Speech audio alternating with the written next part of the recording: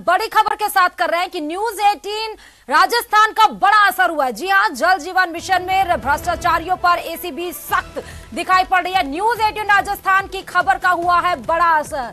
जी हां, फर्जी दस्तावेजों से करोड़ों के जो टेंडर हासिल करने का जो पूरा मामला था, उसमें एसीबी ने बड़ी कार्रवाई की। अब मैसेज गणपति और श्री श्याम ट्यूबवेल कंपनी के फर्जीवाड़े की रिपोर्ट तलब भी की है।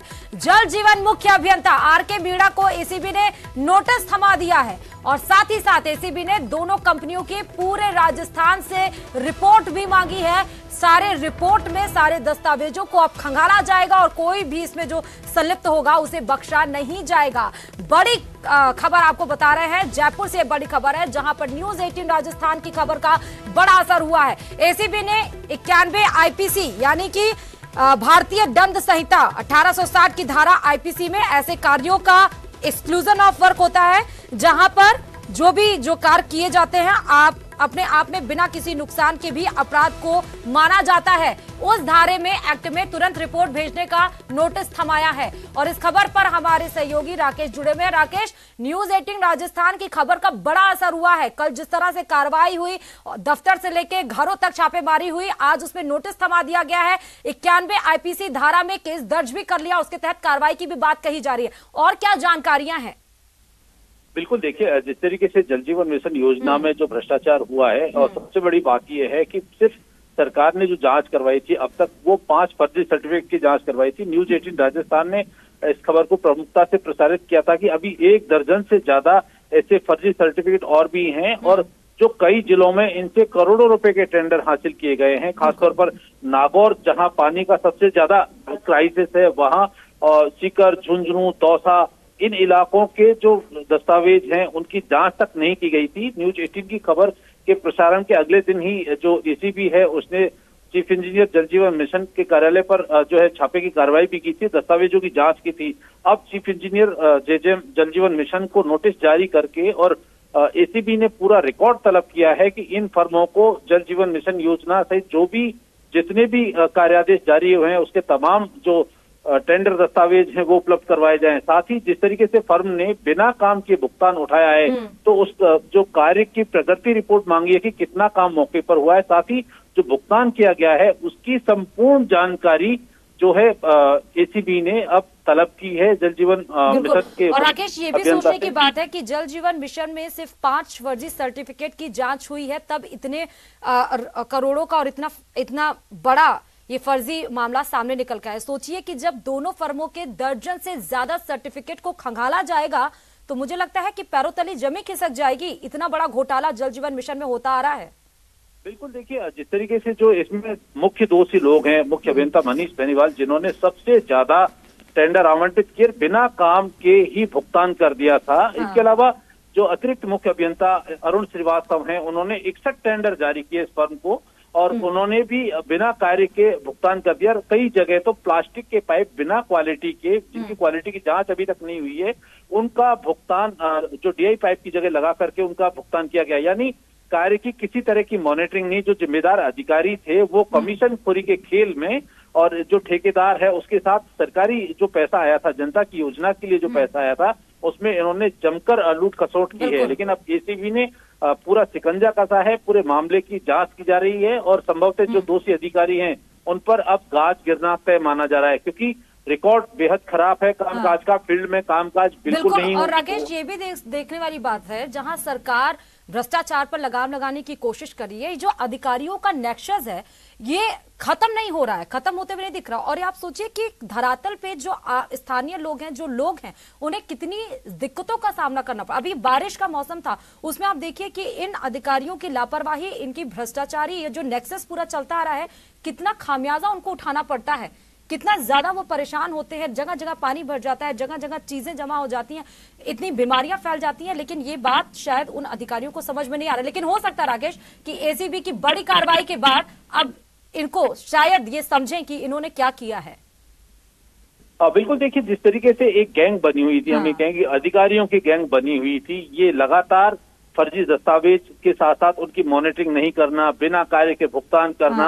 और इसमें इस गैंग में जो जलदाय मंत्री हैं उनके ओएसडी संजय अग्रवाल की भूमिका सबसे प्रमुख मानी जा रही है, क्योंकि वो ही इन कार्यों को दिलवाने के लिए ऐसे ठेकेदारों और अधिकारियों को प्राप्त था। साथ ही जो इन चीजों में शामिल नहीं होते थे उनके खिलाफ कार्रवाई की भी जो है वो उनको धमकियां दी जाती थी। जिस तरीके से अभी ईडी में जिन अधिकारियों ने बयान दर्ज करवाए हैं बेहद चौंकाने वाले हैं, क्योंकि धमकियां दे करके और जो है कार्य करवाया जाता था। तो ये जिस तरीके से भ्रष्टाचार हुआ है, और निश्चित तौर पर इससे अब जब एसीबी ने ईडी ने इस पर शिकंजा कसा है, तो जो दोषी अधिकारी हैं जो बच करके बैठे हुए हैं, जिन्होंने भ्रष्टाचार के जरिए बहुत बड़ा एक जनता का पैसा है उसमें लूट खसोट की है, उन पर आप गाज गिर सकती है। खासतौर पर उनके दस्तावेज अब तैयार, उनके काले कारनामों के दस्तावेज अब तैयार हो रहे हैं, और इस मामले में अब आगे बड़ी कार्रवाई और होने की उम्मीद जगी है। राकेश, अब मैसेज गणपति और जो श्री श्याम ट्यूबवेल कंपनी के फर्जीवाड़ा जो सामने निकल कर आया है,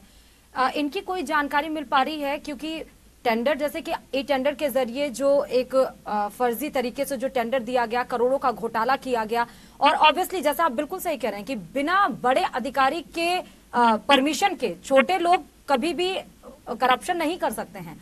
लेकिन अब आगे क्या, आगे एसीबी की कार्रवाई के आगे प्रोसीजर्स क्या होंगे, इसकी कोई जानकारी है?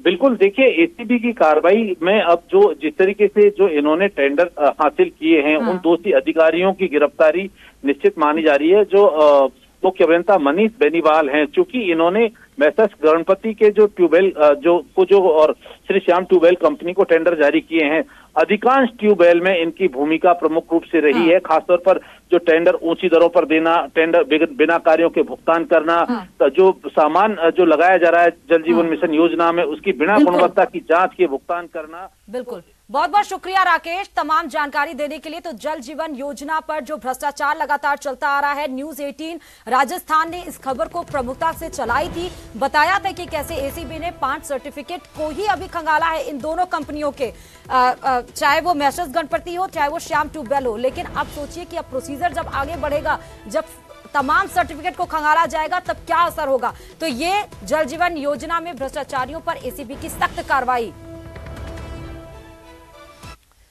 और आगे बढ़ते हुए अब डूंगरपुर से ये बड़ी खबर आपको बता रहे हैं, जहां पर आंदोलन की राह पर रेडियोग्राफर और कंप्यूटर ऑपरेटर अपनी अपनी मांगों को लेकर आंदोलन करते हुए दिखाई पड़ेंगे।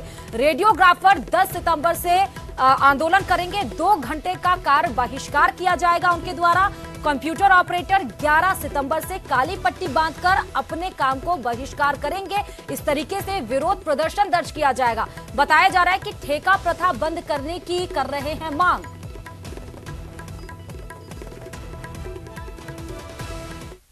और जयपुर से ये बड़ी खबर आपको बता रहे हैं, जहां पर 20 लाख की फिरौती मांगने का मामला सामने आया है। जयपुर में कॉलेज छात्र का किडनैप मामला, वारदात में शामिल एक आरोपी को पुलिस ने गिरफ्तार भी कर लिया है। 20 लाख की फिरौती मांगने का मामला सामने आया। जयपुर से ये बड़ी खबर आपको बता रहे हैं। और दौसा में पीछा कर एक अपहरणकर्ता को पुलिस ने पकड़ा भी है। बदमाशों ने 4 सितंबर को छात्रा शेर सिंह का अपहरण किया था। सवाई माधोपुर निवासी छात्र के पिता को फोन कर 20 लाख की फिरौती मांगी थी। पीड़ित के पिता ने मालवीय नगर थाने में रिपोर्ट भी दर्ज कराई थी। इस खबर पर हमारे सहयोगी विष्णु जुड़े हुए हैं।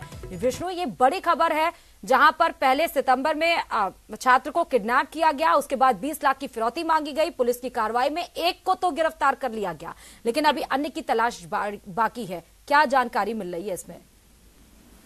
देखिए, बिल्कुल जयपुर से बड़ी खबर है, जहाँ पर मालवीय नगर में इलाके में एक अपेक्स कॉलेज के स्टूडेंट जो कि सवाई माधोपुर का रहने वाला है, शेर सिंह मीणा, उसका 4 सितंबर को अपहरण कर लिया गया था। जिसके बाद शेर सिंह के पिता मुनीम मीणा को एक जो उसका साथी है उसने फोन किया, जिसने खुद का नाम विकास बताया। कहा कि विकास में वो यही लोग जो है शेर सिंह मीणा के रूममेट है कॉलेज के, और इन्हीं लोगों ने मिलकर के विकास मीणा ने गाड़ी बुक करवाई। उसके बाद उसको अपहरण करके ले गए।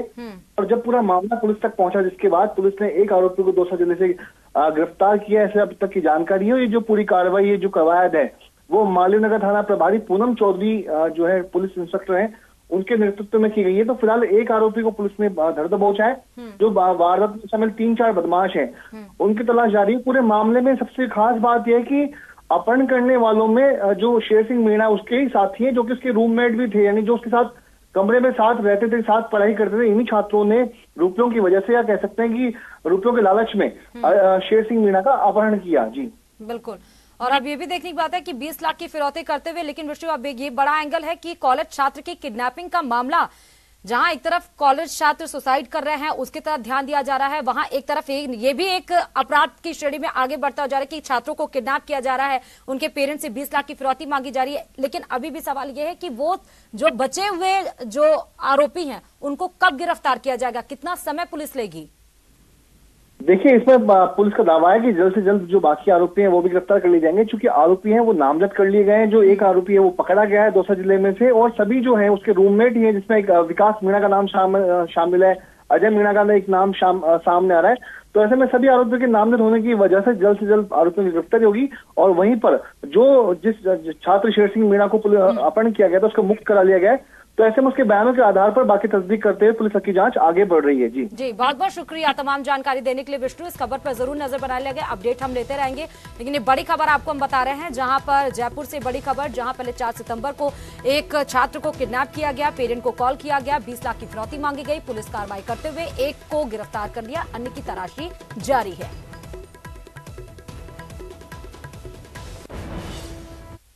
और अब बुलेट 100 में फटाफट देख लेते हैं खबरों